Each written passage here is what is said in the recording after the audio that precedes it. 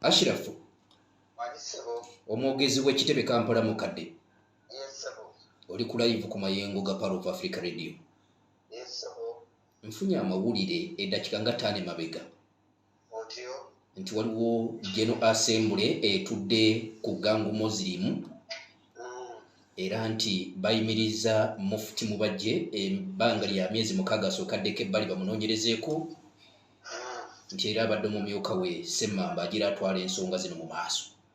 Gangu Muslim General Assembly etula Gangu Muslim Primary School bulire eggwanga oli live ku Pale FM. Bayinza okuba abadde babayise mu speech day.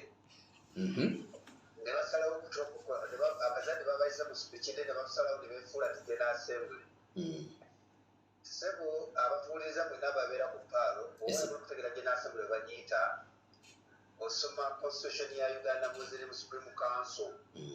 Siri akiyita mu lujja nti gwotuulaawo weenaanika n'ogamba nti katizo n'okutuusa kati nze jibemba wa General Assembly. Era abateeka okumanya abamembazi ba General Assembly Electoral Commission ya Uganda Muslim Supreme Council. Era ne bagasita olukiiko luyitibwa mu mateeka luyitibwa chairman wa Uganda Muslim Supreme Council n'alagira Secretary General n'ategeeza ababaka n'abawa n'agenda n'ebifaanana bwe bityo. Ne bajja batuula ne basalawo ku nsonga okuyimiriza okwepapalika nti oyimiriza Mufti olaba ne basobola kuyimiriza nze buva wala omwogezi ne babasiiba olunaku lulamba ne bujja General Assembly tasobola kuyimiriza mwogezi wa Uganda Muslim Supreme Council ate olwo Mufti. Olukiiko lwokka okusinza mu ssemateeka wa Uganda Muslim Supreme Council balina okuyinza ku Mufti ye Mbadde Sulama mu ssemateeka waffe kati aliwo.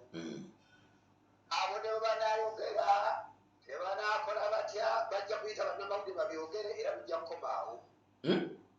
Bajja kubikola bayise n'ebivulu naye nga tebiri mu mateeka.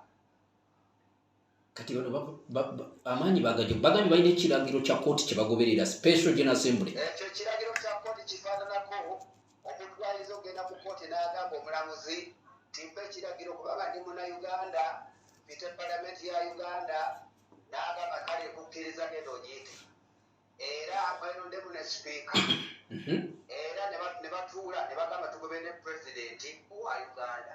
Kisoboka ogambye ne bwe banaasiibanga boogera n'omwogezi nze gwolaba tebasobola kunzimiriza.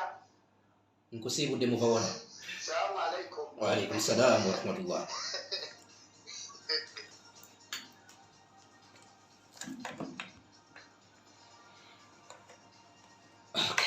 Kyekyo kati katongera ogenda maaso n'okubanga tubalansinga ensonga zino mu biwulire bibadde mu gambibwa okuba nti badde General Assembly omwogezi agambye ne bwe banaasiibanga boogera ne bw'aba ye kennyini nga muva wala tebasobola kumugoba. Nze muzzukulu wa Buda Kayongo Hakim kambaleke tugende mu Pal Magazine.